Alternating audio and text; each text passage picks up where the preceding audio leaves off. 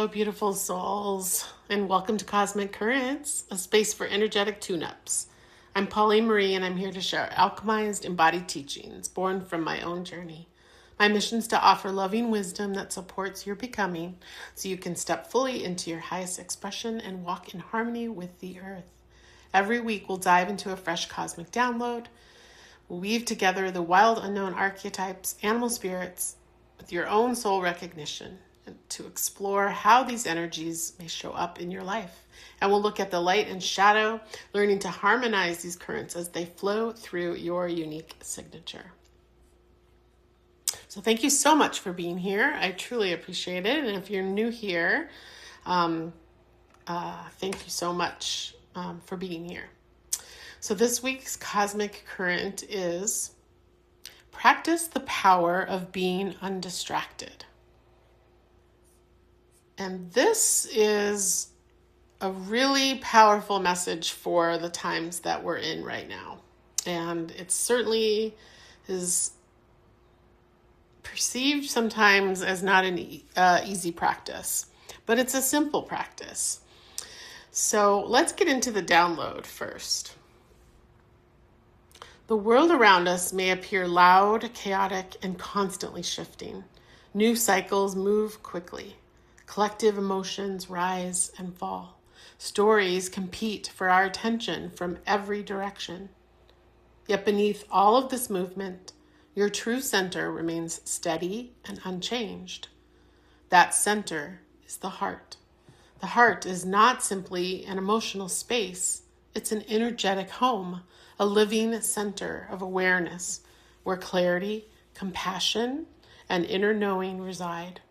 And when we return to the heart, we step out of the constant pull of external noise and into a deeper field of presence. So, as we're invited into this current this week, being undistracted it doesn't mean ignoring the world. At least I have found. And it's not telling us to withdraw from life. Instead, it means to learn to remain centered while life continues to unfold around us. Because change is imminent, it's here, it's now, it's more powerful than it's ever been. So it's moving us back into the heart. And from that heart, we can witness this change in the collective. We can witness emotions and stories and energies that circulate throughout the world without becoming entangled in them. And when we hold our center, we create this coherence within our own energetic field. That's our responsibility and our love to ourselves. And then that coherence can ripple outward. It's our steadiness that becomes part of the stabilizing force within the collective. So the reason that you may be feeling unstable is because you're not stable within yourself first. When you stabilize within yourself, your reality then has to mirror you, has to match you. And the reason we're feeling this destabilization, right, is because we moved into this new collective consciousness. So everyone's kind of having to stabilize within these new frequencies. So again, the more and the simplest way we do this is by that act of returning to the heart, becoming quiet, okay? And that's how we will be able to make more powerful contributions to the world and to this collective consciousness rising. So many of us, me included, I'm noticing more and more that I may drift away from the center now without realizing it. The world's kind of designed to pull our attention outward. We're seeing more and more of that. It wants to pull us out of our centers. The pace of the change, right? The endless information, the emotions and the currents of emotions that are moving through the societies right now. They can easily draw us away from ourselves. And when this happens repeatedly, we can kind of become strangers to our own hearts. We can disconnect from our own inner landscape, from our emotions, from the deeper intelligence that lives within us. So this is why the practice of remaining undistracted is so important. And it's a daily return. It's a remembering. It's a gentle discipline of bringing our awareness back to the heart again and again. So when we look at this within the archetype of the cave, the heart is the cave. It's described as a sacred place. It's not just a feeling, but it's a realm of consciousness. And the cave becomes then this powerful symbol that lives within the heart. It's a quiet cave, right? Located deep within our heart space. And it represents that interior world of the self, a place of reflection, renewal, a sacred initiation. It's like, unlike bright lights of the external world, the cave it invites us in. It's deep, it's still. It invites honesty. We can encounter ourselves more fully. In many traditions, caves are places where transformation occurs. It's like where crystals form within the darkness. It's where seeds germinate in dark, hidden soil. It's sacred rituals can unfold, and they unfold away from distraction. So that's what the cave is there. It's to teach that and to teach having patience with this. And it reminds us that wisdom grows gradually, and we give ourselves space to listen deeply. So when we retreat to the cave of the heart, we're not escaping the world. We're reconnecting with the source of our clarity so that we can return to the world more grounded, more compassionate, more aligned with truth. So the cave here invites us in to ask simple but powerful questions. What draws me inward? What helps me reconnect with my heart? What restores that quiet fire within me? Because within the cave of the heart lies a place where we remember who we truly are. And alongside the cave, we are supported here with the archetype of nectar. So nectar here is representing our subtle medicine. In many spiritual traditions, nectar is described as the golden elixir, a sacred substance that brings healing. And in Hindu mythology, it's called Amrita, the nectar of immortality. So symbolically, nectar represents the practices, the people, and experiences that restore our spirit. Yes, so we need to look for those things that restore our spirit. That may be time in nature. That may be listening to music as it opens the heart. It's just maybe finding more moments of stillness, laughter with friends, the presence of children and animals. These are simple yet profound experiences that nourish the soul and help us return to our center. So when we reconnect with this inner nectar, something begins to awaken within us, and it's a quiet sweetness, that returns to the mind. The nervous system can then soften and calm and release, and then the heart can open. So the ancient teachings say that when someone activates this nectar within themselves, you can see it in their eyes. It's a subtle light, a gentle radiance that reflects inner harmony. And from that space, then being undistracted becomes less of a struggle and more of a natural state of being. So to support this journey, we looked at some archetypes of animal spirit guides. And the first we had was the horse. We are in the year of the Chinese of the horse, and it represents this powerful life force energy, this forward movement. It embodies freedom, momentum, grounded strength, but the horse also reminds us that focused energy is what creates transformation. Because when our energy is scattered, we can feel drained or directionless. That's a word. But when we gather our energy through these consistent practices of meditation, breath work, mindfulness, movement, the horse energy then awakens within us, and we can feel very capable moving throughout our day. We can feel focused and alive. So the horse teaches us that discipline does not restrict our freedom. It creates stability that allows the freedom to flourish. And the next archetype of animal spirit energy we had was the crow. And the crow has long been associated with magic and mystery and heightened perception. In many traditions, the crow is considered a messenger between worlds. So the crow energy here reminds us that there's always more happening than what appears on the surface. And it invites us to sharpen our awareness and observe our reality with clarity. It encourages us to remain present, though. Okay? Remain present while recognizing these deeper patterns that are unfolding around us.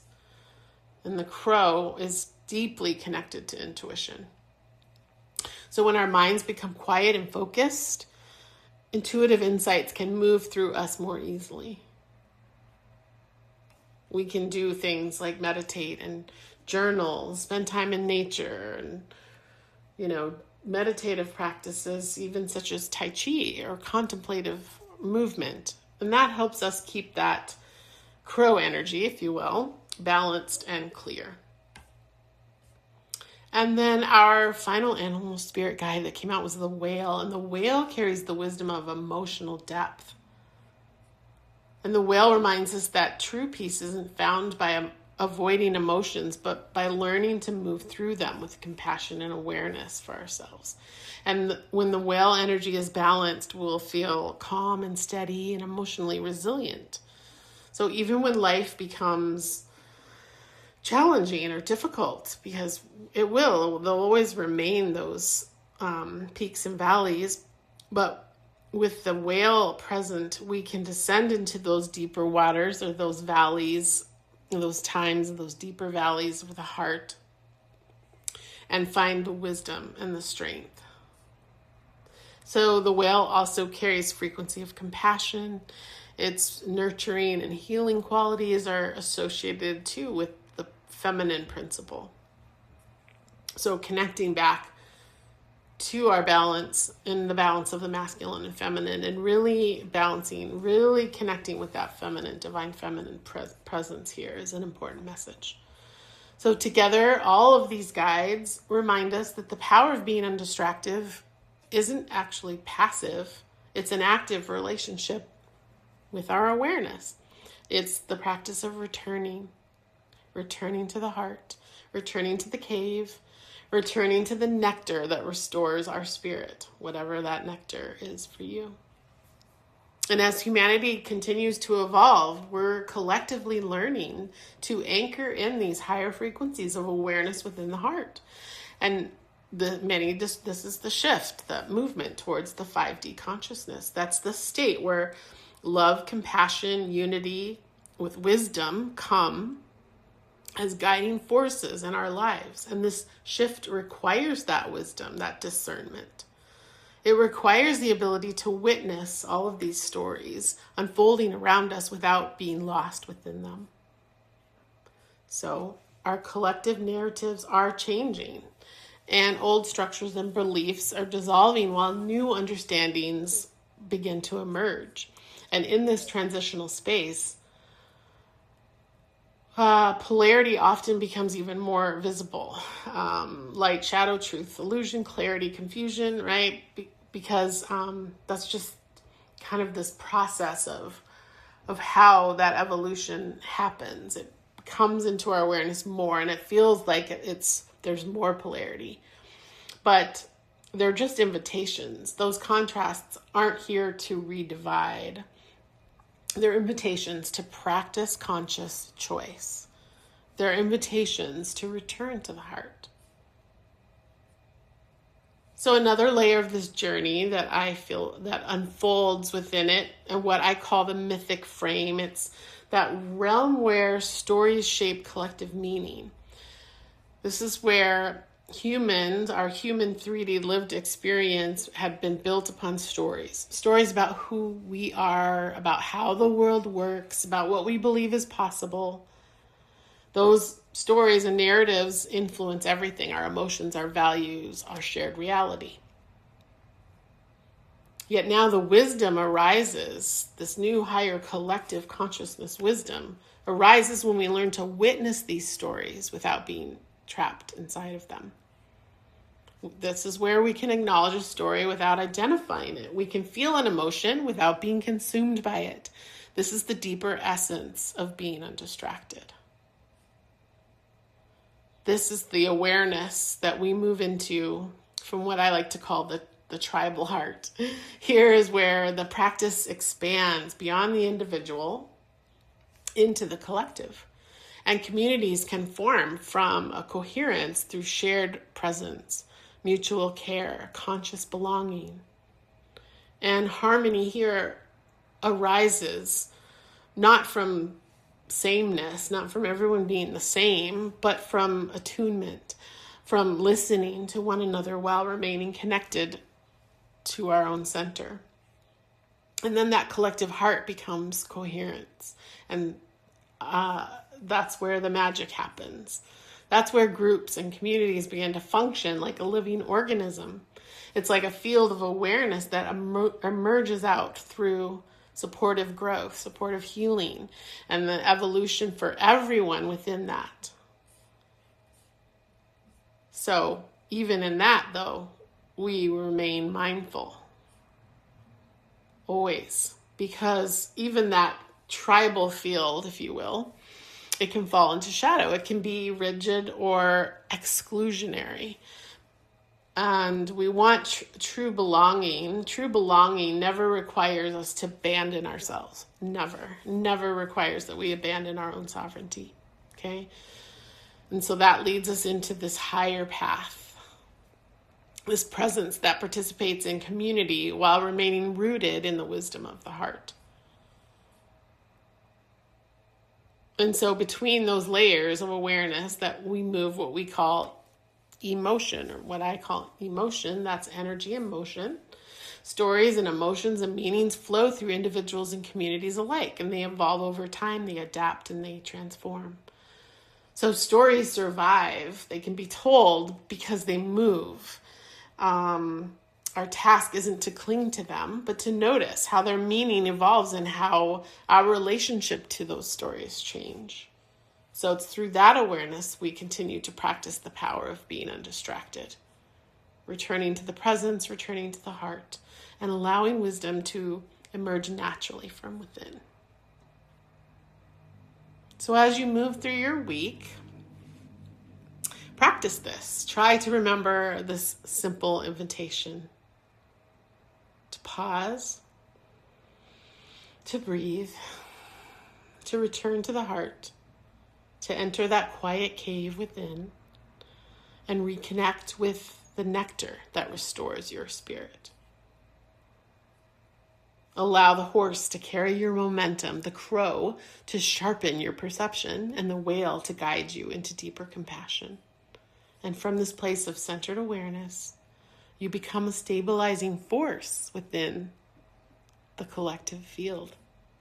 And the power of being undistracted becomes not only a personal practice, but then a gift to the world. Thank you so much for being here. I would love to hear a comment from you about where you are in your practice, or maybe what works for you to return to the heart. And please like, subscribe, and share so that others may ride the currents. And we will see each other or talk again soon. Much love.